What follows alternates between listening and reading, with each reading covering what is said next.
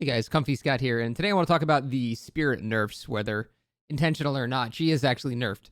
But before everyone freaks out and goes, oh my god, spirit is dead, much as people have said that with Billy, even though he's like slightly worse, I want to talk about how I actually think this change might actually be good. Now, whether it's intentional or not, I don't know. And it might be a bug because you can never really tell. But if this is intentional, I want to talk about why I think this is actually unintentionally a good thing.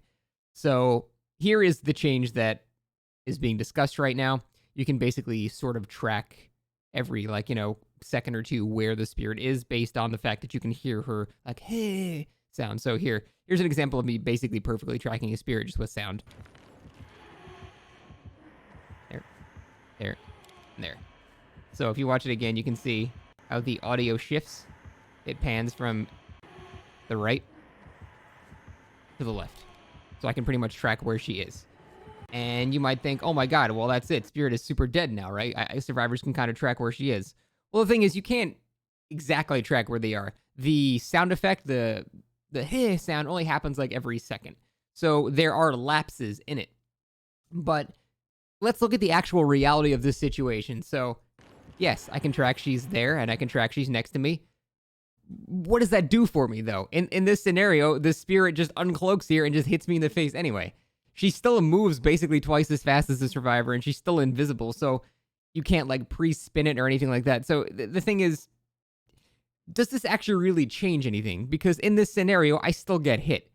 And I was thinking about it, and I want there to be still, some form of counterplay to spirit, and it seems like this might be introducing it, but on a loop like this, no, you still get hit here. It doesn't really change anything. Now, what you could try to do is basically vault over the pallet, but the inconsistent sound cues might mean she might have doubled back. And, but the point is, I think this actually enables the first real instance of counterplay against the spirit. Because to me, a counterplay is something where you both sort of have an equal chance to do a play. You both have the same information to do something like that. And up to this point, obviously, Spirit has not had that because she just has all the information and the survivors have very little information. But let me show you an example of where I think there can actually be a mind game with Spirit now on both sides that makes it fair. So here's another example.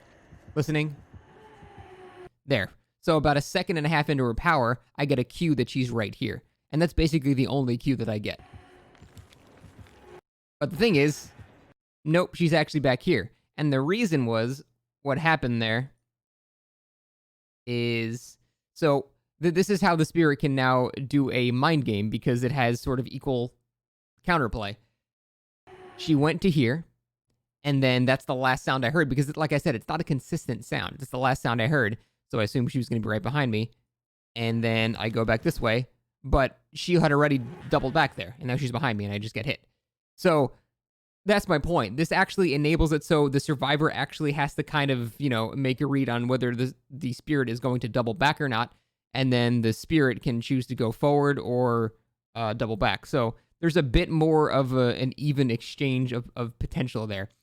However, let's look at this again from a very black and white scenario.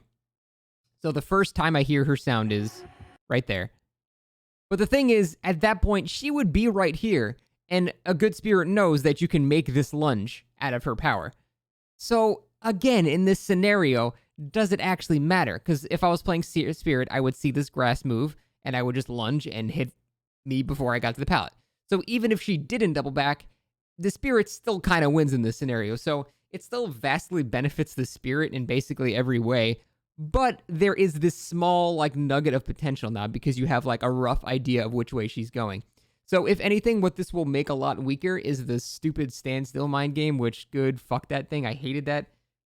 Whenever I played Spirit, I would basically never do that because it is the dumbest free thing. Yeah, if you're this close to the spirit, you can see her shards light up on a good cosmetic on a sunny day at 12 p.m. noon. Yeah, if the scenarios are perfect, then fine.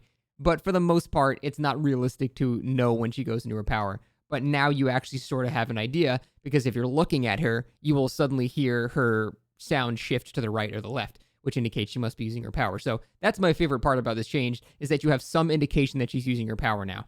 Now, a good spirit is still probably going to hit you because she just simply moves faster than you. It can get around a loop in the time it takes you to get around half a loop. So you're still probably going to get hit, and good spirits are still probably going to be just fine. But this enables just a tiny little morsel of actual information now. And I think that's really all survivors have been asking for. So if this is an intentional change, I say keep it for now. I kind of want to use it and go against it a bit more before I give any fully concrete opinions here. But overall, whether intentional or not, I think this is a good change. I mean, the chase is still hugely in the favor of the spirit, but it gives us survivors a little teeny something to work with, which is good in my opinion. So that is about it. I just want to talk about the change. I think it is okay so far, but whether or not it's a bug remains to be seen. So I guess we'll see. But that is it, guys. Thank you very much for watching, and I will hopefully see you next time.